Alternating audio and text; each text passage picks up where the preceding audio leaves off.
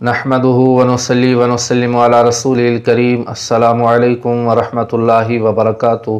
राय इस्लाम में तमाम दोस्तन की खुशामदीद। प्यारा दोस्तों, अज बेहतरीन मालूमात खणी ताजी खिदमत में हाज़िर थियो आहियां। यकीनन अव्हांखे पसंदीदी सो ही आहे त अज कबर ते अज़ान ॾियण जे मुतालिक़ अव्हांजी खिदमत में अर्ज़ कंदुसि त कबर ते अज़ान ॾियण जा कहिड़ा फ़ाइदा आहिनि।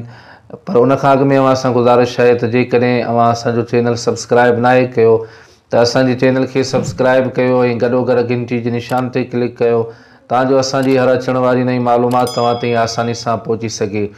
त जी हाँ दोस्तो, अहादीस मुबारका में आहे त जॾहिं मैयत खे क़बर में रखियो वेंदो आहे त उन खां जॾहिं सुवाल कयो वेंदो आहे त तुंहिंजो रब केरु आहे, त उन वक़्तु शैतान उन जे साम्हूं ईंदो आहे ऐं उनखे इशारो करे चवंदो आहे त तुंहिंजो रब आऊं आहियां। उन जे साम्हूं शैतान ज़ाहिर थींदो आहे। इन करे हुकुम आहे त मैयत जे लाइ जवाब में साबित क़दमी जी दुआ कयो।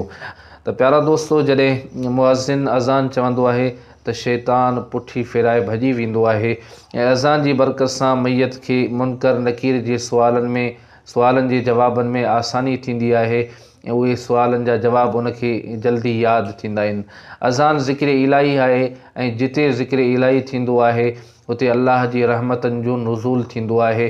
त प्यारा दोस्तो, आसमान जा दरवाज़ा खोलिया वेंदा आहिनि ऐं अज़ान जी बरकत सां उन क़बर वारे तां अज़ाब खयो वेंदो आहे, अज़ाब खां उनखे महफ़ूज़ कयो वेंदो आहे। ऐं अज़ान ज़िंदा माण्हुनि जी तरफ़ खां मुर्दा यानी मैयत जे लाइ नफ़ा बख़्श हिकु तोहफ़ो आहे। त प्यारा दोस्तो, इन में काफ़ी बरकतूं ऐं सआदतूं आहिनि ऐं मैयत जे लाइ काफ़ी फ़ाइदा आहिनि। अल्लाह पाक असां तव्हां सभिनी खे अमल जी तौफ़ीक़ अता फ़रमाए।